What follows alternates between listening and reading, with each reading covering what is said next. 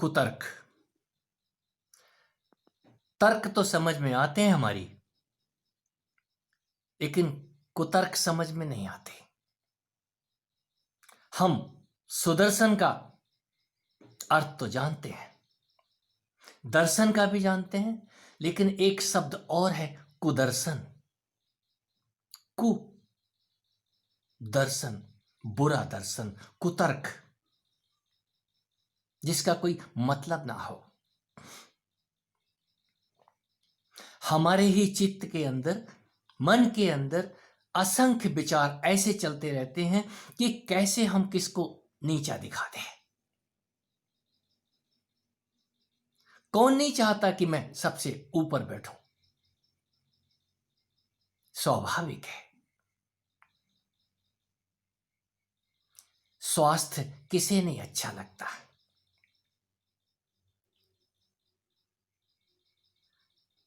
हमारी सत्संग मंडली में कभी कभी तर्क और वितर्क के साथ कुतर्क भी होने लग जाता है। एक बोलता है भक्ति कैसे करें, तो दूसरा उस पर ऊटपटांग जवाब देता है। मैं ये सब इसलिए कह रहा हूं कि हमारे मन में असंख्य सवाल उठते हैं। हम सब सवालों के जवाब तुरंत पाना चाहते हैं, और जवाब जब वो भीड़ के लिए बोले जा रहे हों तो कोई मायने नहीं रखते। जिसने वो सवाल किया है उसको समझाया जा सकता है, बताया जा सकता है, दिखाया जा सकता है उसकी योग्यता के अनुसार। मनीष कुमार। आग लगी संसार में, झरझर गिरत अंगार, संत न होते जगत में, जल मरता संसार। मैं इस 2 लाइन की पंक्तियों को बहुतों के मुंह से सुनता हूं। जब भी कोई यदा कदा मिलने चला आता है तो उनके मुंह से भी यही शब्द मिलते हैं, आप संत हैं, आप हम पे कृपा कर दें, हम पीड़ित हैं। ये संसार संतों की कृपा से रुका हुआ है, वरना तो ये कब का जल गया होता। अरे भाई, क्या बोले जा रहे हो? कुछ समझ में भी आ रहा है आपकी? यदि किसी ने ये लाइनें कही हैं तो किसी संसार के लिए कही है।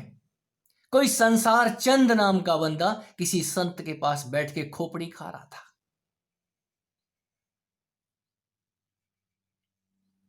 संत ना होते जगत में, जल मरता संसार। तो वो जो संसार नाम का बंदा था, उसके दिमाग में कहीं आग लगी हुई थी। झरझर परत अंगार, उसकी खोपड़ी पे तर्क और कुतर्कों की आग लगी थी, ज्वालाएं जल रही थी, कहीं उसको चिंगारियां गिरती नजर आ रही थी। वो अपने आप को जलता हुआ महसूस कर रहा था, अशांत महसूस कर रहा था। उसने किसी संत के पास, किसी सदगुरु के पास जाकर के अपने सवालों के उत्तर पाए हैं, और वो शांत हो गया है। उसका संसार जो कि जल रहा था, वो उत्तर पा करके, वो दर्शन देख के, वो कृपा पा करके अभिभूत हुआ और वो शांत हो गया। तो हमने किस संसार की कल्पना कर ली?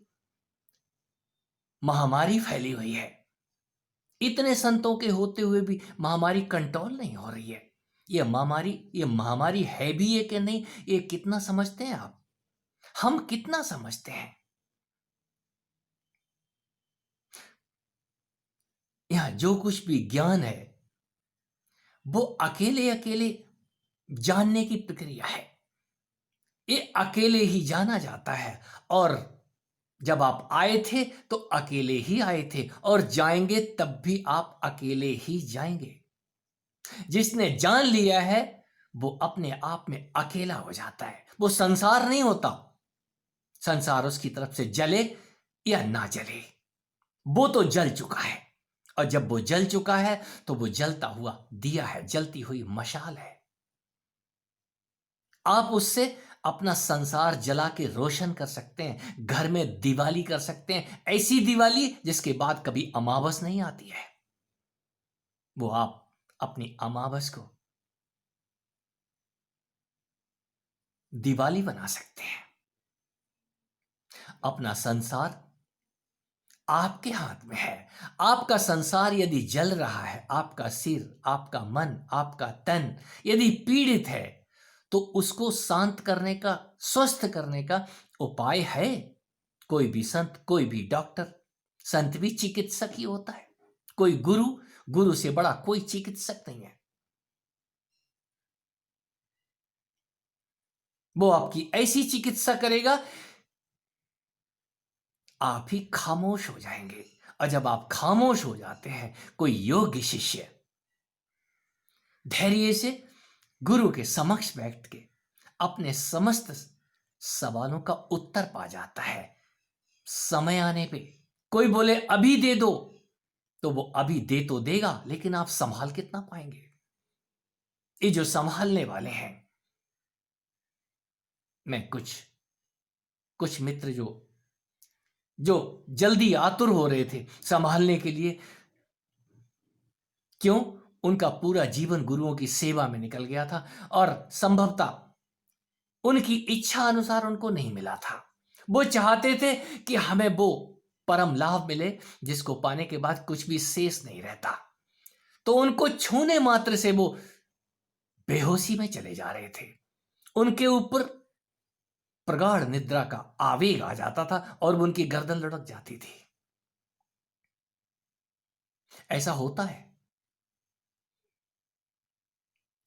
संभवतः आपके भी अनुभव ऐसे हो सकते हैं। सुनते सुनते कोई भी संत कितनी ही दूर से क्यों ना बोल रहा हो, चाहे वो फोन पे हो, टीवी पे हो या सामने हो, यदि आप उसकी आंख की चपेट में आ गए तो आपको वो कुछ से कुछ कर देगा। आपने यदि उसकी आंखों से आंखें चार कर दी हैं, तो याद रखें, आपकी आंखों के रास्ते वो आपके अंदर उतर जाएगा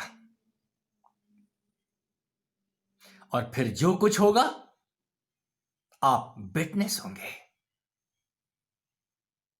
ऐसा होता है और जिनको ये होता है, शुभ है। क्यों? उनके सवालों के जवाब के लिए उनको हाथ पैर से दौड़ लगाने की जरूरत नहीं है। उनको चल के आने की, जाने की कहीं जरूरत नहीं है। कहीं पहाड़ पे दौड़ने की जरूरत नहीं है। वो पहाड़ चलना शुरू हो गया। मैं उसी को समर्थ कहता हूं। किसी समर्थ को इतनी सामर्थ्य दे दी जाती है उस परम सत्ता की तरफ से, जिसने उससे काम लेना है, जिसने उसको बना दिया है। संत संत बनते हैं, बने बनाए नहीं आते। संत बनाए जाते हैं। परम सत्ता, वो परम प्रताप उनके ऊपर उतरता है और उनको पाठ दे दिया जाता है। आप जाइए, जगत का कल्याण कीजिए। किसका? जो जागा हुआ है, जो जागने को आतुर है, उसका कल्याण कीजिए। जगत का मतलब संसार नहीं है। जगत का मतलब जो जगने को आतुर है, जो छटपटा रहे हैं। कोई आए, हमारे सिर पे हाथ रख दे, हमारा सिर जल रहा है। मुक्तानंद परमहंस, गणेशपुरी के संत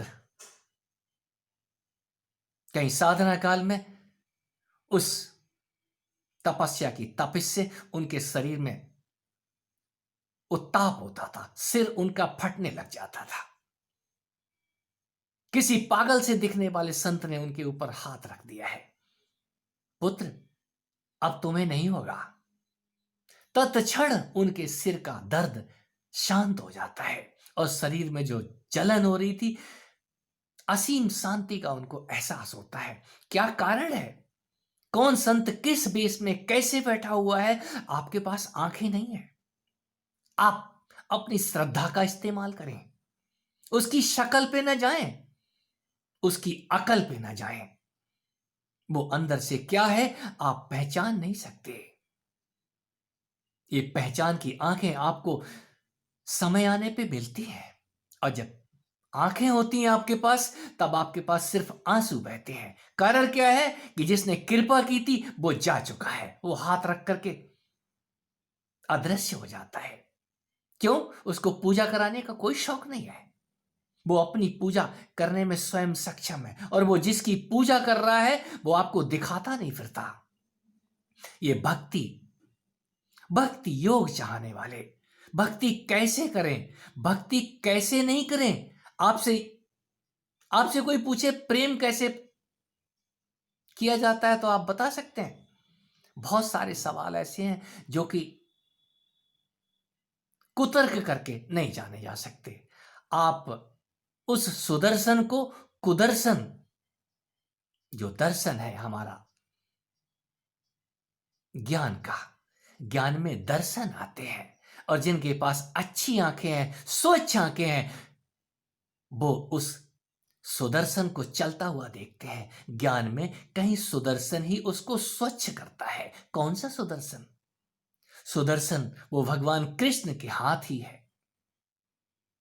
वो कहीं मां जगदंबा ने उनको दे के भेजा है, और किसी संत के पास सुदर्शन ही होता है, उसके पास कुदर्शन नहीं होता। कुदर्शन तो लेकर के आप जाते हैं तर्क और वितर्क करने के लिए। आप उसके पास सुतर्क कीजिए, अच्छे सवाल दागिए जो आपके लिए जरूरी है।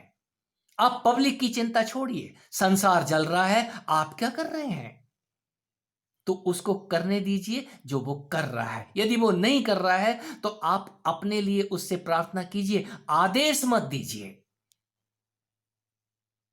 हम जब आदेश देते हैं, यही यहीं पर मुश्किल हो जाती है। कोई भी संत किसी के आदेश के अधीन नहीं होते। और यदि आप आदेश दे भी रहे हैं तो आपकी इतनी सेवा होनी चाहिए कि आपने यदि कुछ कह दिया है तो वहां से ना नहीं आनी चाहिए, और नहीं आती है। इस सेवा में बल है। जिन्होंने सेवाएं दी हैं, जिन शिष्यों ने सेवाएं दी हैं, उनको गुरु को बताना नहीं पड़ा, उनकी झोलियां समय से पहले भर दी जाती हैं। और सेवा, सेवा तो बड़ा मुश्किल है। मैं सेवा को ही तपस्या कहता हूं। तन से, मन से, धन से हम हाथ सिकोड़ लेते हैं। तन देने की बात आई है, मुश्किल में पड़ जाते हैं। यदि गुरु ने हाथ पकड़ लिए, आजा मैं तुझे अभी दिखाता हूं, तो घबरा गए। अब तो गए, अब पता नहीं हम वापस लौटेंगे कि नहीं लौटेंगे, कौन सी समाधि दे देगा। घबरा के ही बेहोश हो गए। छूते मात्र से, छूने मात्र से बेहोशी आ गई, आ जाती है। कई कई घंटे होश नहीं आता, ऐसा होता है। और मन, वो तो पहले ही मर जाता है देखते ही।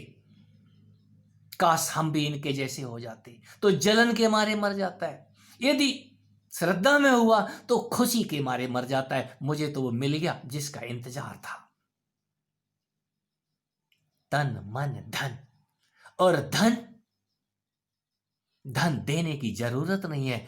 जिसके आप बैठ गए हैं, जिसके आप पास में बैठ गए हैं, नजदीक बैठ गए हैं, चरणों में बैठ गए हैं, याद रखें उससे बड़ा धनी और कोई नहीं है।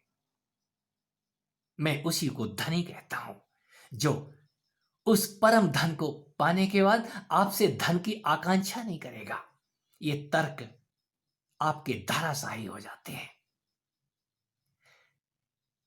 किसी सुदर्शनधारी के नजदीक रह करके थोड़ा देख तो लो।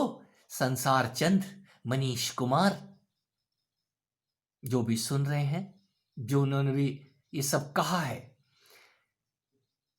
मैं कैसे कह दूं, ये सारे शक आपको अपने आप ही मिटाने होते हैं। अपने ही अंदर झांक के देखें, आप अभी तक क्या कर रहे थे, और जिसने भी किया है, कदम बढ़ाए हैं उस मंदिर की तरफ, शिवालय की तरफ, अपने ही इस तन और मन के अंदर झांका है।